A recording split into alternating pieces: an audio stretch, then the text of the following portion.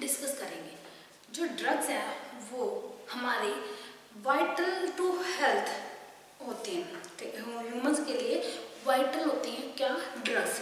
And इसी वजह से एसेंशियल कमोडिटीज़ के अंडर आती हैं।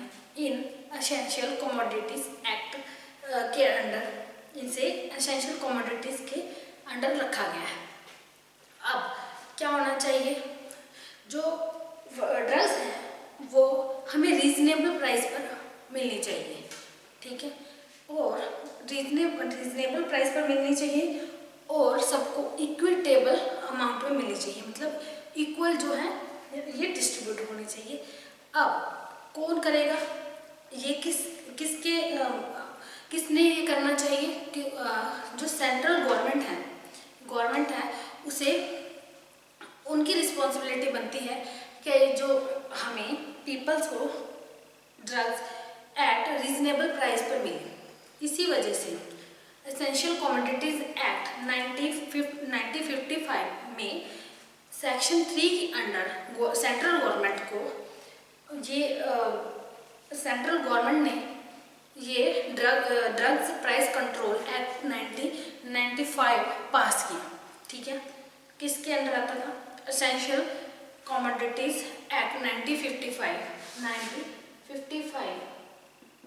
के सेक्शन 3 में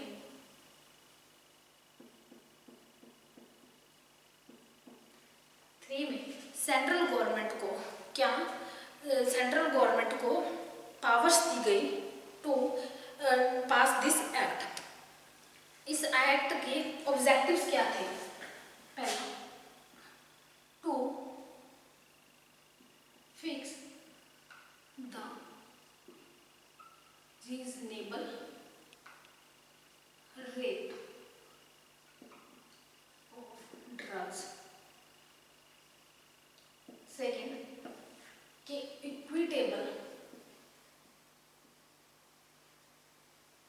डिस्ट्रीब्यूशन ऑफ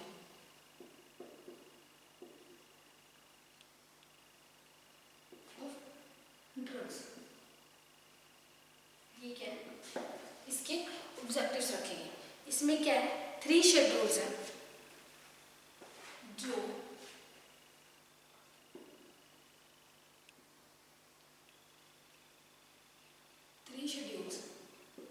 फर्स्ट में क्या है, 74 बल्क ड्रग्स की लिस्ट है, ठीक है। 74 बल्क ड्रग्स हैं जो, उनकी लिस्ट कहाँ पर है, शेड्यूल 1 में। शेड्यूल 2 में क्या प्रेजेंट है, वेरियस फॉर्म्स प्रेजेंट है। फॉर्म्स प्रेजेंट है वेरियस, किसके लिए प्रेजेंट है, to revise the price of bulk drugs, ठीक है। वेरियस फॉर्म प्रेजेंट है जो कि किसके लिए प्रेजेंट है, रिवीजन एंड अप्रूवल।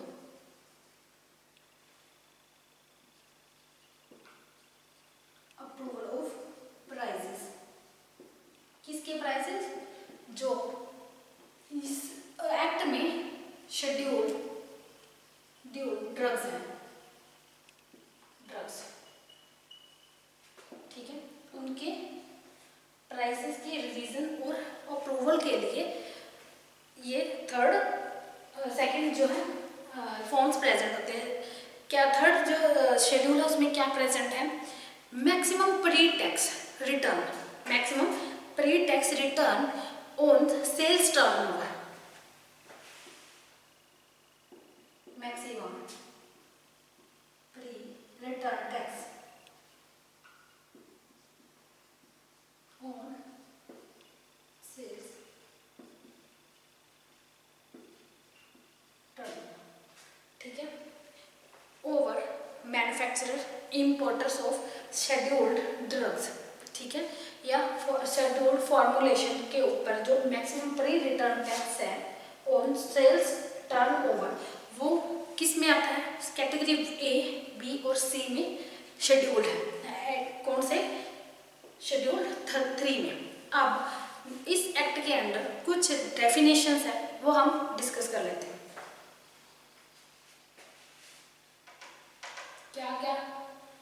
डेफिनेशन है। पहले तो है drug, all medicine used externally और इंटरनली।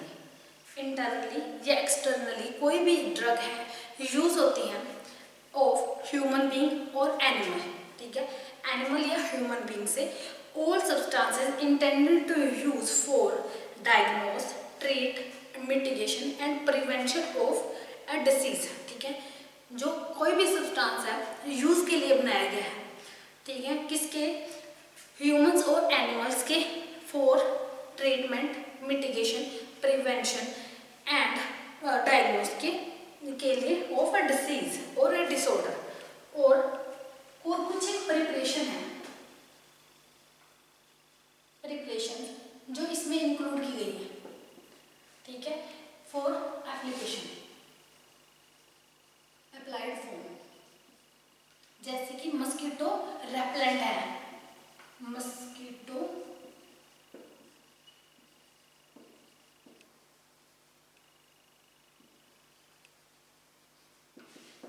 रेपेलेंट है जो अप्लाई किए गए हैं ऑन ह्यूमन बॉडी, वो भी ड्रग्स में ही इंक्लूड होते हैं, ठीक है।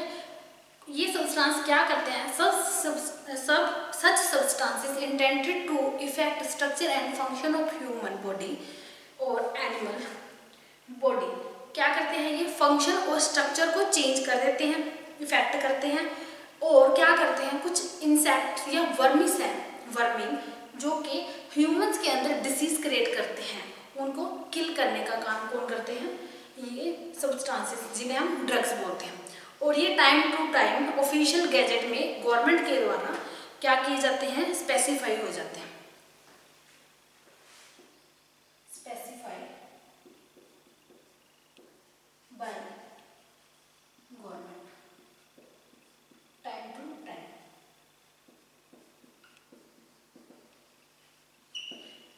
जो ड्रग्स है इनमें कौन कौन सी ड्रग्स और आती हैं, bulk drugs, bulk drugs and formulations case में आती है ड्रग में।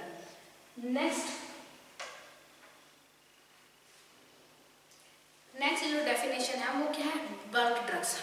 बल्क ड्रग्स क्या होती है, कोई भी pharmaceutical, biological, chemical, plant product including asters, stereoisomers, ठीक है, एंड सॉल्ट्स, कुछ भी हो सकते हैं, कन्फर्मिंग इनटू फार्माकोपिया, जो फार्माकोपिया में कन्फर्म्ड हो, या क्या है, स्पेसिफाइड इन दिस एक्ट, या इस एक्ट के अंदर स्पेसिफाइड हो। ये ड्रग्स एंड कॉस्मेटिक एक्ट 1955 में स्पेसिफाइड हो, उसको क्या बोलेंगे हम, ड्रग्स।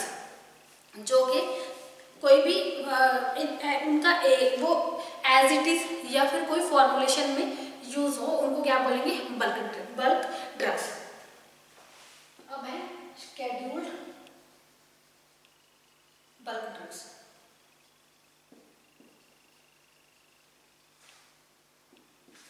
ये कौन सी ड्रग्स हैं, drugs scheduled bulk drugs means drugs scheduled in first schedule of this order, मतलब कि जो ड्रग्स स्पेसिफाई होती हैं first schedule of this act is called as scheduled bulk drugs. अब आती है non scheduled bulk drugs.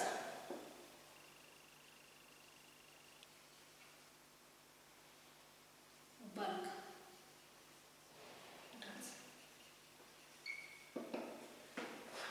non-scheduled bulk drugs means those drugs which are not specified in first schedule of this act, मतलब इस act के second schedule में या first schedule में जो स्पेसिफाइड नहीं है उनको क्या कहेंगे हम, नॉन शेड्यूल्ड, ठीक है। अब नेक्स्ट है फॉर्मुलेशन।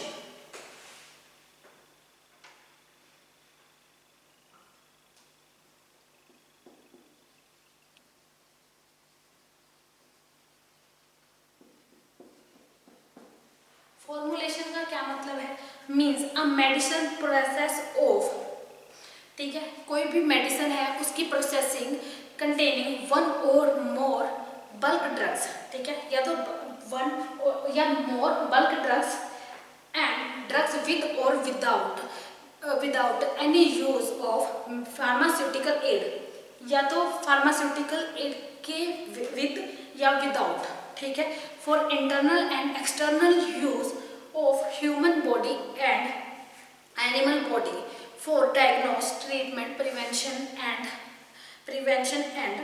mitigation of disease। मतलब कि कोई भी डिसीज, कोई भी ड्रग जो फॉर्मुलेशन क्या होगी, कोई भी एक ड्रग या उसमें मोर देन वन ड्रग हो, या फिर वो फार्मास्यूटिकल एड के विद और विदाउट हो, जो कि ह्यूमन के एक्सटर्नल और इंटरनल यूज के लिए बनी हो, humans as well as animal के यूज के लिए बनी हो। किसके लिए?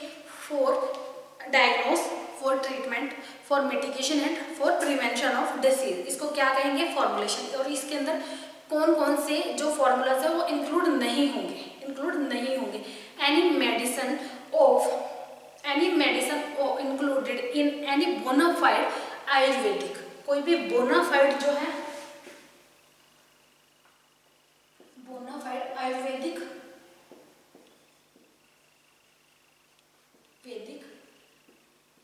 एंड जो यूनानी मेडिसिन है वो इसके अंदर इंक्लूड नहीं होगी। कोई भी होम्योपैथिक जो मेडिसिन है या ड्रग है वो इसके अंदर ऐड नहीं होगी। एंड थर्ड, जो ड्रग एंड कॉस्मेटिक एक्ट 1955 के अंडर कोई भी ड्रग है, उसके अलावा इसके अंदर कोई भी फॉर्मुलेशन के अंदर कोई भी मेडिसिन जो है ऐड नहीं होगी। ये क्या है? फॉर्मुलेशन। नेक्स्ट है scheduled formulation. Scheduled formulation means any formulation containing one bulk drug or more than one bulk drug specified in first schedule of this act is called as scheduled formulation। ठीक है, ये क्या होता है? एक drug भी हो सकती है, मोर देन वन ड्रग भी हो सकती है जो कि इसमें ऐड हो, जिसे कहेंगे हम शेड्यूल्ड फॉर्मुलेशन। ठीक है, next one is dealer. Dealer कौन होंगे? डीलर वो means a person carrying on business of purchase and sales of bulk drug. ठीक है, डीलर कौन? एक पर्सन है जो कैरी करते हैं क्या? बिजनेस। हम कर रहे हैं डीलर। डीलर कोई पर्सन है जो कि क्या कैरी करता है? कोई बिजनेस कैरी करता है for purchase and sale of drug, whether as a wholesaler भी हो सकता है, कोई स्टॉकिस्ट भी हो सकता है। ठीक है, जो कि किसी और बिजनेस के साथ जुड़ा भी हो सकता है, in conjugation of other business and includes his agents. कुछ उसके अंदर एजेंट्स भी ऐड हो सकते हैं, और वो किसी बिजनेस से जुड़ा भी हो सकता है और नहीं भी जुड़ा हो सकता। और जो परचेज और सेल ऑफ मेडिसिन या ड्रग जो बल्क ड्रग हैं उनके परचेज और सेल्स के क्या बिजनेस करता हो उसे हम कहेंगे डीलर। ठीक है, अब है डिस्ट्रीब्यूटर।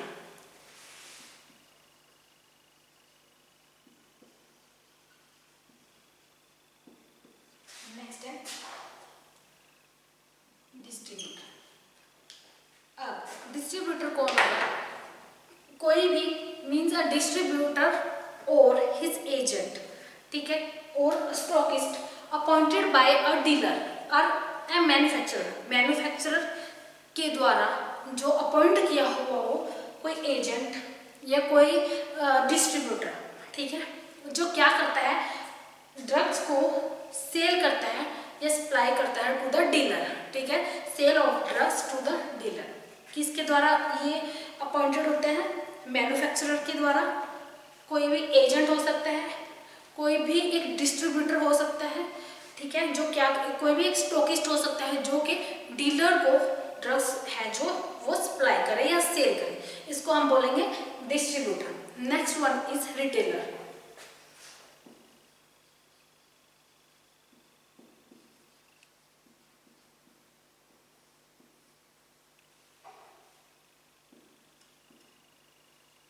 रिटेलर कौन होंगे? Means a dealer carrying on retail business. कोई भी पर्सन है, कोई भी डीलर है जो क्या करता है, रिटेल बिजनेस को कैरी करता है of sales of drugs to the customers. ठीक है, कस्टमर को जो ड्रग्स हैं उनको सेल करने का बिजनेस को जो कैरी करता है वो कौन होंगे, रिटेलर। अब नेक्स्ट इज होलसेलर।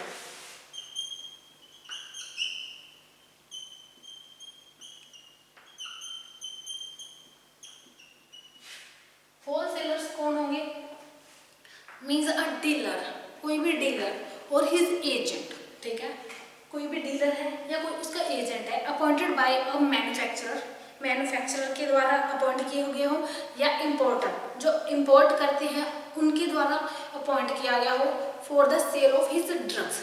ठीक है, उनके ड्रग्स के सेल्स के लिए, टू रिटेलर जो होलसेलर है वो रिटेलर को सेल करेगा और जो डिस्ट्रीब्यूटर है वो डीलर को सेल करेगा ड्रग्स। ठीक है, और ये क्या करते हैं, रिटेलर को कोई भी हॉस्पिटल है, कोई डिस्पेंसरी है, कोई एजुकेशनल जो इंस्टीट्यूट है, रिसर्च इंस्टीट्यूट है, वहाँ पर क्या करेंगे, बल्क ड्रग्स हैं उनकी सेल करेंगे। ठीक है, ये तो था, हमने dealer, distributor, retailer and wholesalers के बारे में डिस्कस कर लिया। अब हम करेंगे कुछ प्राइसेस, कौन कौन से प्राइसेस जो हैं की डेफिनेशन इस एक्ट के अंदर आती हैं। First is retail price.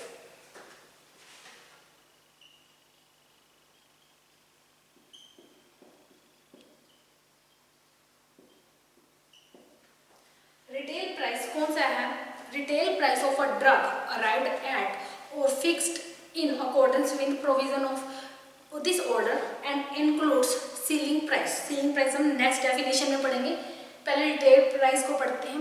कोई भी एक ड्रग है उसका प्राइस, ठीक है, जिसपे वो आई है, मतलब ड्रग्स अराइव्ड एट और फिक्स्ड या फिर फिक्स की गई है इन accordance with the provision of this act. इस एक्ट के प्रोविजन के द्वारा, ठीक है, के अकॉर्डिंगली जो ड्रग्स का प्राइस फिक्स किया गया है उसे हम रिटेल प्राइस कहते हैं। इसके अंदर सीलिंग प्राइस भी ऐड होता है, सीलिंग प्राइस। सीलिंग प्राइस कौन सा प्राइस होता है, ceiling price means a price fixed by government for scheduled formulation. जो शेड्यूल्ड फॉर्मुलेशन है उनका जो गवर्नमेंट द्वारा फिक्स्ड प्राइस है उसे हम सीलिंग प्राइस कहते हैं, ये है फिक्स्ड। रिटेल प्राइस में ये भी इंक्लूड होता है। ठीक है, ये तो था सीलिंग प्राइस। अब करते हैं हम इंपोर्ट। इंपोर्ट का क्या डेफिनेशन है, import means bringing into India, मतलब कि अगर इंडिया में इंपोर्ट हो रहा है, मतलब कि प्लेस आउटसाइड द इंडिया, एक आउटसाइड द इंडिया से कोई जो ड्रग है या कुछ भी है वो इंडिया के अंदर ब्रिंग करना, मतलब लेके आना, उसको हम बोलेंगे इंपोर्ट। ठीक है, importer in relation to any goods at any times between their importation and consumption. ठीक है, क्या होता है, इंपोर्टर्स के द्वारा होता है ये, कौन करते हैं, इंपोर्टर्स क्या करते हैं, जो कोई भी गुड है उसको एक टाइम के बाद इंपोर्ट करते हैं फॉर इंपोर्टेशन एंड कंजप्शन के लिए, और इंपोर्ट के लिए क्या करते हैं, कोई भी गुड्स हैं उनको इंपोर्ट करते हैं। ठीक है, नेक्स्ट इज मैन्युफैक्चरर।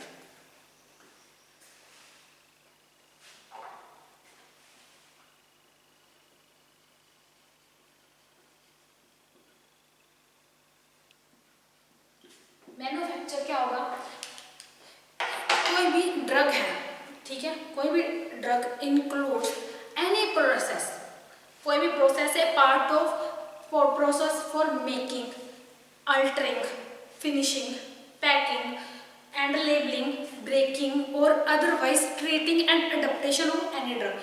मतलब कि कोई भी एक प्रोसेस हो सकती है एक में से जो मैन्युफैक्चर में इंक्लूड हो सकती है। ठीक है, और कौन कौन से पार्ट इंक्लूड नहीं होते, कंपाउंडिंग एंड डिस्पेंसिंग इसमें इंक्लूड नहीं होते। कंपाउंडिंग एंड डिस्पेंसिंग जो है मैन्युफैक्चर में वो इंक्लूड नहीं होते। ठीक है, next is manufacturer.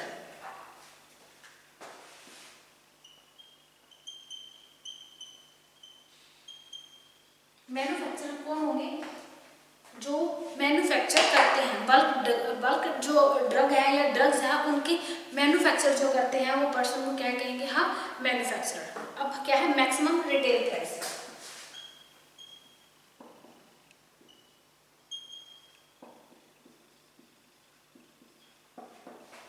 Maximum retail price कौन सा होगा?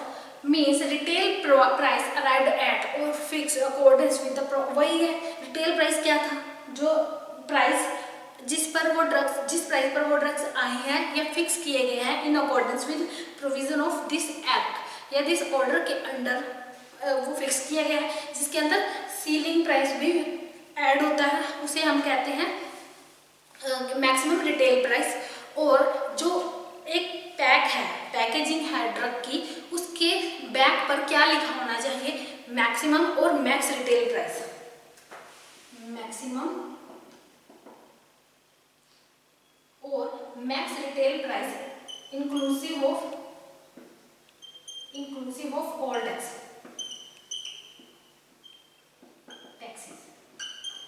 ठीक है, ये क्या होना चाहिए? लिखा होना चाहिए। अब क्या है? Free reserve.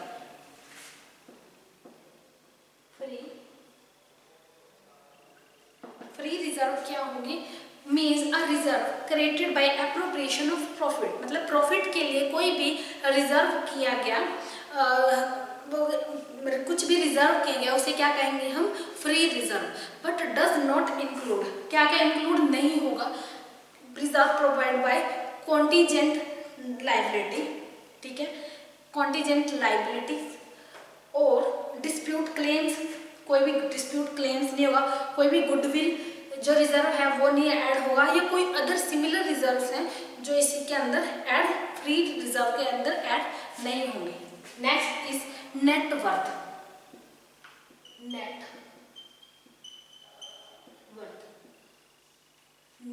वर्थ क्या है? Means the paid up share capital. मतलब कि जो शेयर कैपिटल है जो पेड की गई है of a company plus free reserve, उसके अंदर क्या आएगा? फ्री रिजर्व भी आ जाएगा। अगर कोई है सरप्लस एक्सक्लूडिंग आउटसाइड इन्वेस्टमेंट, किस क्या क्या एक्सक्लूड होगा? आउटसाइड जो इन्वेस्टमेंट है वो एक्सक्लूड होंगी, and which are not readily available for operational activity, जो कि ऑपरेशनल एक्टिविटी के लिए जो नॉट अवेलेबल है वो एक्सक्लूड हो जाएंगे। नेटवर्थ में paid up share capital plus free reserve plus surplus. अब नेक्स्ट है प्री टैक्स रिटर्न।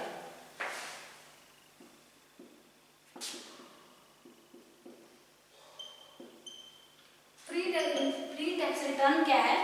जो बेनिफिट है, कोई भी टैक्स है, इनकम टैक्स है, सर टैक्स है, उनके पेमेंट से बिफोर जो भी प्रॉफिट है उसे हम कहेंगे प्री टैक्स रिटर्न। उसमें क्या क्या इंक्लूड हो जाएंगे? अदर एक्सपेंसेस जो कि फॉर्मुलेशन की कॉस्ट को इंक्लूड नहीं करते हैं, जो फॉर्मुलेशन की कॉस्ट का पार्ट नहीं है, वो क्या आ जाएंगे? Pre tax return. कौन से रिटर्न होंगे? जो कि इनकम टैक्स और सर टैक्स की पेमेंट से पहले जो टैक्स पेड अप की प्रॉफिट है वो किस में आएगा? प्री टैक्स रिटर्न में। अब करेंगे sales turnover. Sales turnover क्या है? Means product of units of formulation, मतलब यूनिट्स ऑफ फॉर्मुलेशन का product sold by manufacturer, manufacturer के द्वारा सोल्ड किया गया हो, और एन इम्पोर्टर या फिर मैन्युफैक्चरर के द्वारा सोल्ड किया गया हो। क्या है? In case may be an accounting year, कोई accounting year multiplied by retail price inclusive of sales tax. Accounting year multiplied by retail price inclusive of tax. जो टैक्स है उसको भी इंक्लूड किया गया है रिटेल प्राइस में और उसको मल्टीप्लाई किया गया है, ठीक है। If any paid on direct sales by manufacturer, या तो ये डायरेक्ट पेड किया गया है टू द मैन्युफैक्चरर और importer but does not include excise duty, तो जिसके अंदर एक्साइज ड्यूटी या लोकल टैक्स जो है वो इंक्लूड नहीं होंगे। Sales price of bulk drugs, government may fix the maximum price for sales of bulk drugs, मतलब कि जो गवर्नमेंट है वो क्या करती है, मैक्सिमम जो सेल प्राइस है उसको फिक्स कर देती है। फर्स्ट शेड्यूल ड्रग्स है जो उसको उसके प्राइस को फिक्स कर दिया गया और वो उसी प्राइस पर ही सेल होनी चाहिए। No person can sell bulk drugs exceeding the fix price, मतलब कि कोई भी जो पर्सन है वो बल्क ड्रग्स के फिक्स प्राइस से जो एक्सीड करके वो क्या बेच नहीं सकता बल्क ड्रग्स को। अब अगर उन्हें कोई भी रिवीजन करना है in price of bulk drugs, तो उन्हें क्या करना होगा, एक एप्लीकेशन देनी होगी टू द गवर्नमेंट को एक एप्लीकेशन देनी होगी, एक फॉर्म फिल करना होगा जिसमें कि वो क्या कर सकते हैं, रिवाइज करवा सकते हैं जो सेल के प्राइस। ये थी कुछ डेफिनेशन जो कि ड्रग्स प्राइस कंट्रोल एक्ट के अंदर आती थी। अब हम नेक्स्ट जो लेक्चर में करेंगे। Thank you so much.